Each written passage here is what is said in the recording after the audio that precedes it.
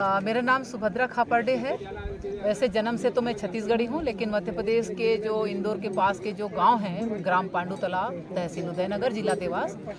ग्राम पांडु तालाब में मेरा 1 एकड़ का खेत है और मैं वहाँ पर ऑर्गेनिक खेती करती हूँ। जो इंडिजीनियस बीज है उसी को बचाने का काम करती हूँ। मैं जब 20 साल की उम्र में जब मैं एनजीओ में काम करने निकली थी, तभी मैं 11वीं पढ़ी थी और मैं आंदोलन में एक प्रकार से एक्टिविस्ट हूँ। मैं आंदोलन के काम में रही हूँ और गरीबों के हित में काम करते रही हूँ। और उसके बाद में मैंने देखा कि जो महिलाओं के जो खास प्रजनन स्वास्थ्य की जो समस्या है उसके ऊपर मुझे काम करना चाहिए और मैंने उसका काम हेल्थ कैंप करने से शुरू की और बस्तियों में, इंदौर के बस्तियों में, और इवन यूँ कहना चाहिए कि जो महिलाएं हैं दूसरी जगह पे, जैसे कलकत्ता, राजस्थान, छत्तीसगढ़ और गांव, इन सब के महिलाओं के साथ भी मैंने काम किया और कैंप लगाने को लेके। और उसके बाद में मैंने समझा कि महिलाओं के स्वास्थ्य को अगर ठीक करना है तो एलोपैथिक दवा से नहीं हो सकता है। तो फिर मैं न्यूट्रिशन के मुद्दे पे आई और मैंने देखा कि औरतें जो खाना खा रही है या मैं भी जो खाना खा रही हूँ वो पेस्टिसाइड से भरा पड़ा है और यूरिया से भरा पड़ा है और कोई भी ऐसी सब्जी और कोई भी ऐसे अनाज नहीं है जो ऑर्गेनिक तरीके से उगाई गई हो और जिसमें कि न्यूट्रिशन वैल्यू ज़्यादा हो। अब जब हम इम्यूनिटी की अगर बात करते हैं किसी भी व्यक्ति की, किसी भी मानव की, तो उसको अगर न्यूट्रिशन वाले भोजन नहीं मिलेंगे तो उसकी इम्यूनिटी उतनी ताकतवर नहीं होगी। और हमने देखा है कि कोरोना में कितने लोग इस हाल में बेहाल हुए और तब लोगों के मन में ये भी समझ में आया, लोगों के उसमें ये भी आया दिमाग में कि हमको न्यूट्रिशन वाला खाना खाना पड़ेगा। वो तो ये हाल फिलहाल की बात है। लेकिन मैं जब औरतों के साथ काम कर रही थी, स्वास्थ्य कैंप लगाना, उनके बीमारियों का इलाज करना, उनको एलोपैथिक मेडिसिन देना, और मैं पाती थी कि वो जब तक हम दवाई दे रहे हैं तब तक ही वो ठीक रहती थी, उसके बाद में वही प्रॉब्लम वापस शुरू हो जाती थी। तो इस प्रकार के जो महिलाओं के स्वास्थ्य है, जैसे सफ़ेद पानी आना, यूट्रस कोलैप्स होना और ओवरी में सिस्ट होना, इस प्रकार की बीमारी उनके लिए कॉमन थी, है ना। तो तब हमने समझा कि जितने भी हम जो खाना खा रहे हैं वो जहर वाला है और हमको अच्छा वाला स्वस्थ खाना खाना पड़ेगा जिससे कि हमको बीमारी जो है जल्दी से ना हो। और फिर हमने उनको बताने भर से तो काम नहीं हो सकता था, तो हमने सोचा कि क्यों नहीं हम जो है उसी चीज़ को हम औरतों के समक्ष मॉडल के रूप में खड़े करें। और चूँकि औरतें ऐसी मानी जाती है, इतिहास में ऐसा उनके बारे में जाना जाता है कि हमारा मानव समाज जब सेटलमेंट की प्रक्रिया में आई थी, जब अपने मानव समाज एग्रीकल्चर की शुरुआत को ही सेटलमेंट की शुरुआत माना जाता है, वहीं से ही मानव जो है एक जगह रह के अपना खाना बदोश जीवन को समाप्त किया था और आज तक हम उसी एग्रीकल्चर में एक जगह रह के अच्छे से खेती करके और खा रहे और ये कर रहे। तो जब औरतें उस वक्त सेटलमेंट की प्रक्रिया में आई थी तो औरतों ने जो बीज छांटी थी, कब छांटी थी वो? जब ये पूर्व पाषाण युग के समय पत्थरों के औजारों से जब वो जानवरों को मारते थे और खाते थे, तब आग आया भी नहीं था और ये सामूहिक जीवन थी उस वक्त की।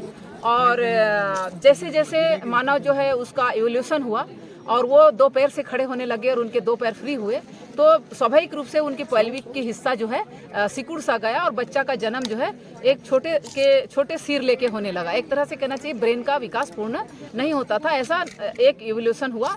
और बच्चा जब छोटा सिर लेके जन्मने लगा तब माँओं को बच्चे को सुरक्षा देना बहुत जरूरी हुआ और समूह ने तय किया कि माँ जो है जब वो प्रेग्नेंट है तब और जब बच्चा जन्म दिया है तब उसको एक जगह रहना है। उस समय तो कोई घर वाला ऐसा था नहीं, खेती वेती के कुछ थी नहीं, तो उसको एक जगह रहना होता था बच्चे को पालने के लिए।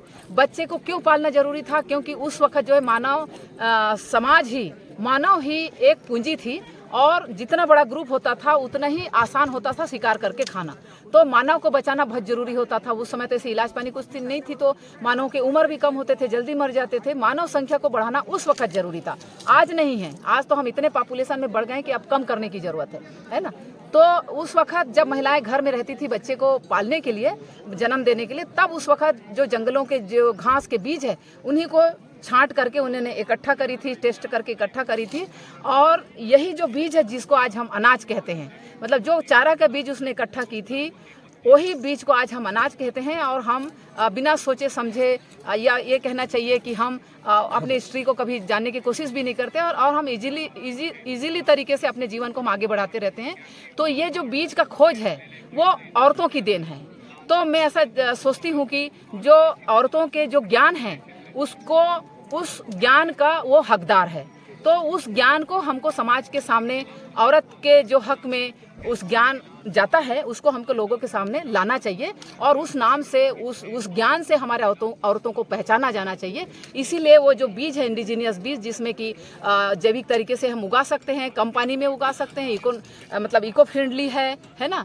तो इस किस्म से जो बीज हमारे पास है, अगर ऐसा है हमारे पास, तो हम क्यों भरमार इरिगेशन करके और दुनिया भर के यूरिया डाल के और पेस्टिसाइड डाल के हम अपने माता धरती को भी हम दूषित कर रहे हैं और हमारे स्वास्थ्य को भी हम दूषित कर रहे हैं। यही कारण है कि आज ज़्यादातर लोग जो है शुगर के पेशेंट है, तो कोई ब्लड प्रेशर के पेशेंट है, तो कोई काय के पेशेंट है। मतलब पेशेंटों की संख्या हमारी बढ़ती जा रही है, बढ़ती रहेगी, है ना। तो अभी हमारे पास ये वक्त है कि हम समझ लें कि हमको इस मानव जनरेशन को आगे ले जाना है, आगे तक सर्वाइव देना है, तो हमको अभी से ही कुछ करना चाहिए। ऐसे सबको ही पता है कि इन्वायरमेंट चेंज आया है, जिसको हम क्या बोलते हैं, ये चेंज आया है, जलवायु परिवर्तन।